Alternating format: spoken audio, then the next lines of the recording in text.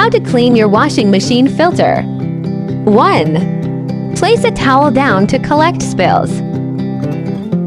2. Open the cover. 3. Grab a dish to collect water. 4.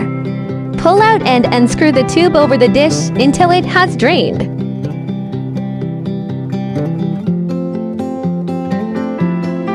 5.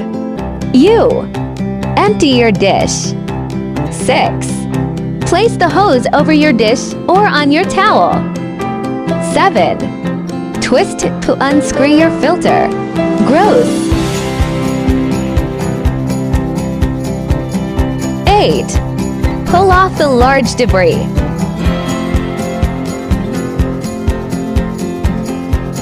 9. Rinse your filter and screw it tightly into place.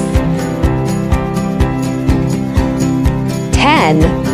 Place the plug tightly on the hose and gently thread the tube into place.